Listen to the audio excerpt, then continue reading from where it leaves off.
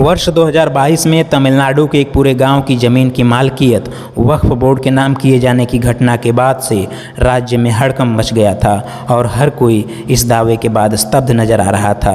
दरअसल हुआ यह कि तमिलनाडु में त्रिची जिले के तिरुचेंतुरई गांव के रहने वाले राजगोपाल नाम के एक व्यक्ति जो कि अपनी 1 एकड़ ज़मीन बेचने के लिए रजिस्ट्रार ऑफिस पहुंचे तो उन्हें पता चला कि जिस ज़मीन को बेचने के बारे में वो सोच रहे हैं वो उनकी नहीं रही, वक्फ बोर्ड की हो चुकी थी और अब उसका मालिक तमिलनाडु वक्फ बोर्ड था। जब बात बढ़ी तो रजिस्ट्रार दफ्तर से पता चला कि तमिलनाडु वक्फ बोर्ड ने राजगोपाल की ज़मीन समेत पूरे गांव की ज़मीन पर अपना दावा किया हुआ था, जिसमें उस गांव में बना करीब 1500 साल पुराना मंदिर भी आता था।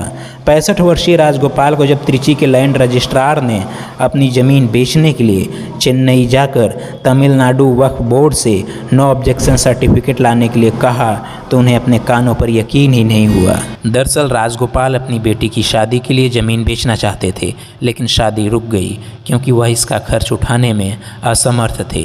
राजगोपाल की ज़मीन ही नहीं, तिरुचेंतुरई गांव के सारे खेत खलिहान, गांव की ज़मीनें, मकान, सब पर तमिलनाडु वक्फ बोर्ड ने कब्जा कर लिया है। गांव के लोग ठगा महसूस कर रहे हैं। पूर्वजों की जिस ज़मीन को वो अपना समझते आए थे वो पता चला कि उनकी है ही नहीं।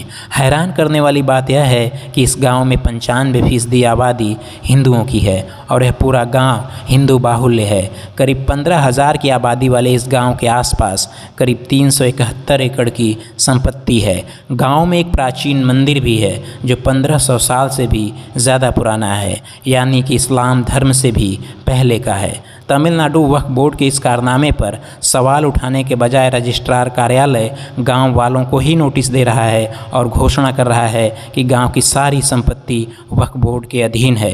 वक्फ बोर्ड की अनुमति के बगैर कोई संपत्ति न खरीदी जा सकती है और ना ही बेची जा सकती है। अब सवाल यह उठता है कि एक हिंदू बाहुल्य गाँव को वक्फ बोर्ड अपनी संपत्ति कैसे घोषित कर सकता है?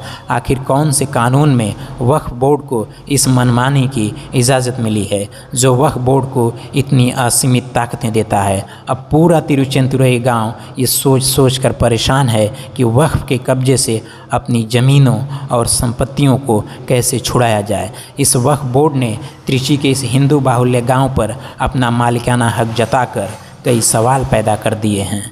इस समय भारत में एक केंद्रीय वक्फ बोर्ड और 32 राज्य वक्फ बोर्ड हैं जिन्हें रेगुलेट करने के लिए वक्फ बोर्ड एक्ट 1995 बना हुआ है।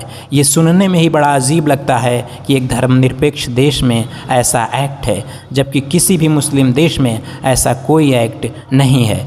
तुर्की, Libya, Egypt, Sudan, Lebanon, Jordan और इराक जैसे मुस्लिम देशों में ना तो कोई वक्फ बोर्ड है और ना ही कोई वक्फ कानून, जबकि इसी सेकुलर देश में हिंदू, सिख, बौद्ध और ईसाइयों के लिए ऐसा कोई एक्ट नहीं है। सिर्फ मुसलमानों को ही ये मौका क्यों दिया गया, ये सोचने वाली बात है।